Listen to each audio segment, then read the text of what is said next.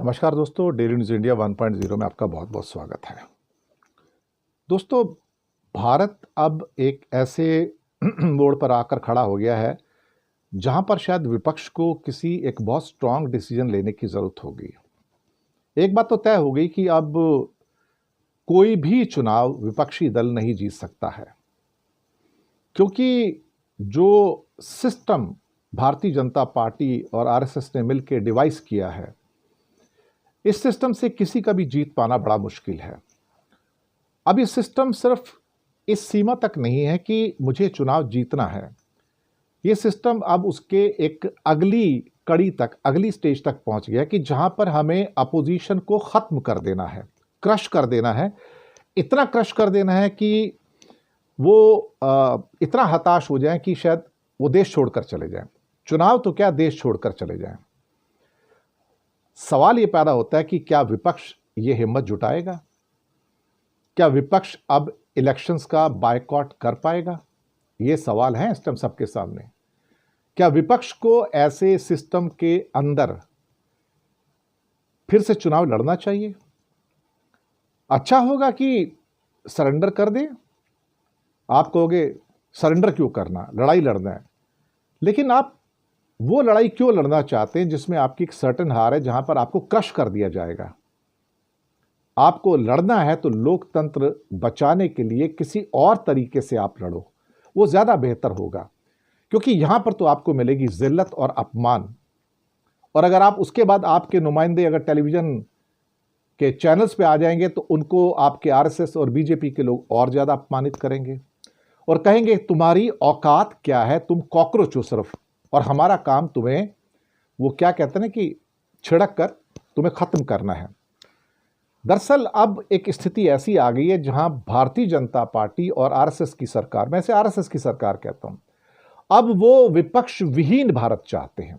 मुद्दा सामने है, एजेंडा क्लियर है। उन्हें विपक्ष विहीन सरकार चाहिए, उन्हें विपक्ष नहीं चाहिए। तो अच्छा होगा आप सभी असेंबली से रिजाइन कर दो, पार्लियामेंट से रिजाइन कर दो और इनको जो करना है करने दो। एक लास्ट जो रिसोर्ट बचा हुआ था, क्योंकि न्यायपालिका हो, मीडिया हो, ब्यूरोक्रेसी हो, सीएजी हो, ईडी हो, सीबीआई हो, अब ये सरकारी तंत्र बन चुके हैं। अब इनसे आप कुछ उम्मीद मत कीजिए।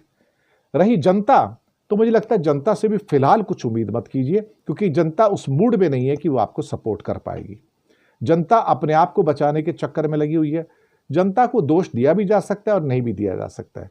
लेकिन हां, एक बात प्रमुखता के साथ जो निकल कर आई है वो ये है कि आप इस किस्म की अनइक्वल फाइट में क्यों जाना चाहते हो। ये तो ऐसा ही हो गया, कुश्ती के मैदान में सामने एक 90 किलो का मैदान है और आपने सामने एक 42 किलो का पहलवान उतार दिया। 90 किलो के पहलवान के सामने आपने एक 42 किलो का पहलवान उतार दिया, तो वो बेचारा क्या लड़ेगा उसके साथ में? तो अच्छा होगा वो जो एक आखिरी दुनिया को बताने का एक यंत्र जो बचा हुआ है भारतीय जनता पार्टी के पास, देखो कि हम चुनाव कराते हैं और ये लोकतंत्र की निशानी है। तो चुनाव तो किम जोंग उंग भी कराते हैं, चुनाव तो जिनपिंग भी कराते हैं, चुनाव तो पुतिन भी कराते हैं।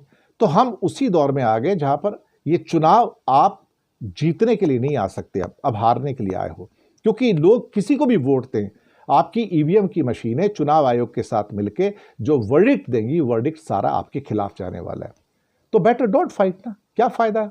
आप उस फाइट पे क्यों जा रहे हो जहां पर आपको पता है कि ये आपको बुलडोजर की तरह कुचल कर निकल जाएंगे, और फिर आप उसके बाद जाके टीवी पे जाओगे, चैनल्स पे जाओगे, अपने आप को बचाने का प्रयत्न करोगे, कोई फायदा नहीं है।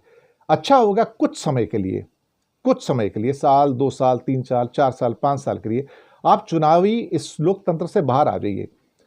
शायद तभी कोई किसी की आंख खुले, शायद तभी किसी को लगे कि ये क्या हो रहा है, ये तो नहीं होना चाहिए था। मुझे लगता है कि वो वक्त आ गया है कि जहां पर विपक्ष को कंबाइंड रूप से, ज्वाइंट रूप से, कलेक्टिवली रूप से इस दौड़ से बाहर हो जाना चाहिए, क्योंकि आप दरअसल इस दौड़ में अब दौड़ नहीं सकते हो। अब ये कहना कि आप जीत जाओगे, तो हो सकता है इक्का दुक्का राज्य आप कहीं जीत जाओगे, साउथ के 1-2 राज्य आप जीत जाओगे, या कोई एक आधा राज्य और आप जीत जाओगे, लेकिन बाकी जो 90% राज्य हैं या 80% राज्य हैं वो तो सारे बीजेपी के हैं। आप कहां से फाइट करोगे उनके साथ में? It is better you go away. इस चुनावी लोकतंत्र के फ्रॉड से थोड़ा टाइम दूर चले जाओ। कभी कभी 2 कदम पीछे हटाना भी एक स्ट्रैटेजी होती है। यानी कि कभी कहते हैं ना कि जब आपको अगर जीतना हो फ्यूचर के अंदर, तो आप 2 कदम पीछे भी हटते हो, बैकफुट पे भी खेलते हो। शायद ये वक्त है बैकफुट पर आने का। शुक्रिया।